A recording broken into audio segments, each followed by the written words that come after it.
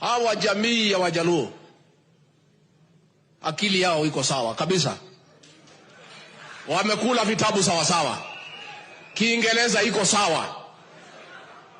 Na ndio sisi tukienda pale university kusoma, maprofesa na watu ya PhD wale walisomesha sisi, wale tulitambua walitoka katika jamii ya Wajaluo.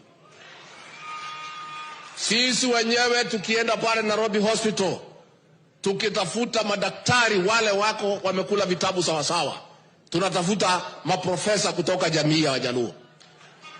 It is therefore very sad and ironical that very intelligent people, a community with great ideas, have been denied an opportunity to be involved in the management of the affairs of this great republic. And it is time for you now to make a decision.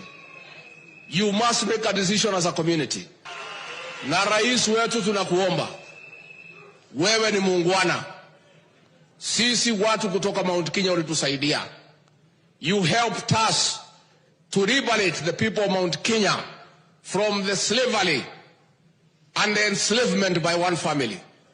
You again have a duty, Your Excellency, to liberate this Luo community and bring it into mainstream politics of development and prosperity. And Your Excellency, part of your legacy, when your time to call it a day has come, one of the legacies ambaye utaangaliwa ni kusaidia hawa jamii ya Luo Nyanza, uwarudishe kwa laini ya maendeleo, wachangie katika ujenzi wa taifa. Tumekubaliana? Ni maendeleo ama ni maandamano? Ni maendeleo ama ni maandamano?